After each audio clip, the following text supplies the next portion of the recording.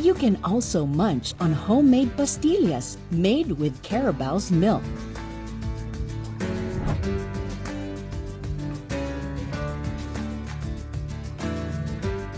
Dati po kasi ang negosyo namin palay, nagtitinda kami ng bigas. Na-bankrupt po kami. Ngayon, nung wala na po talaga kaming parang magagawa, wala kaming ibang source of income. Nagpunta po ako ng Taiwan, nag-umpisa po yung asawa kong magpastillas. Pastillas po kasi dahil yun po yung alam niyang negosyo. May experience na po siyang paano po magluto, magpatakbo. Nakita po niya kasi sa tita niya kung paano magpatakbo nung pastilyasan eh.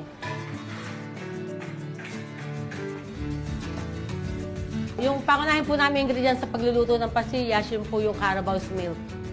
Ibang-iba po yung lasa compare po sa mga gatas na naka-commercialize po.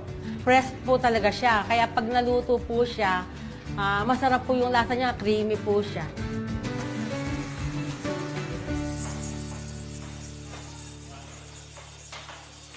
Ang paggawa po ng pastillas ay ganito, hindi siya pwedeng marami o tatakalin mga isang pitsel, tapos lalagyan mo siya ngayon ng isang takal na asukal. Ang pagluluto naman, pagtitimpla lang naman ng pastillas ay simple-simple lang, asukal lang. Ito lang. Ilalagay ko na dito, tapos hahaluin na siya. Ito, hahaluin ito ng mga 45 minutes. Abang kumukulo siya, palang halo ka pa rin ng halo. Hanggang sa unti-unti, lalapot na siya. Hanggang sa magiging ganito na yung itsura niya. Ito yung pastillas na iluluto natin. So, itong ganito, malapit na siyang maluto. Ito, kailangan nating hinaan yung kwan ng apoy kasi mas madali na siyang masunog pagka hindi ka naghina ng apoy. So, patuloy mo pa rin siyang haluin para kasi maging mapino yung yung pastillas. Kasi pag hindi mo siya hinalo, masusunog eh. Kaya patuloy ka pa rin. Kaya talagang mangangawit ka rito kahalo pag di ka sanay. Ang sikreto lang naman ng paghahalo ng pastillas ay ang tiyaga eh. Kailangan talaga yung mga maghahalo mo may malasakit sa iyo, may puso. Hindi nila pababayaan yung paghahalo. So,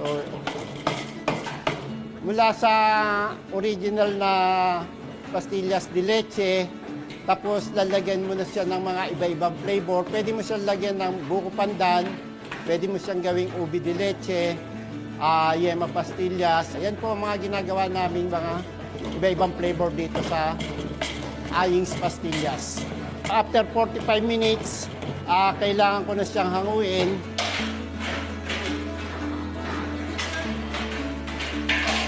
Pagkatapos hanguin, dadali na siya sa packaging room.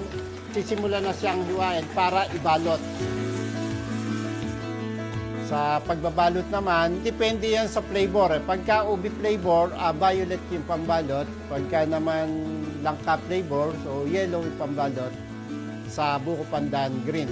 Sa yema naman, orange. So ngayon, pastillas de leche lang muna yung ginagawa. Pagkayari nitong pastillas de leche, isusunod na yung mga iba-ibang flavor.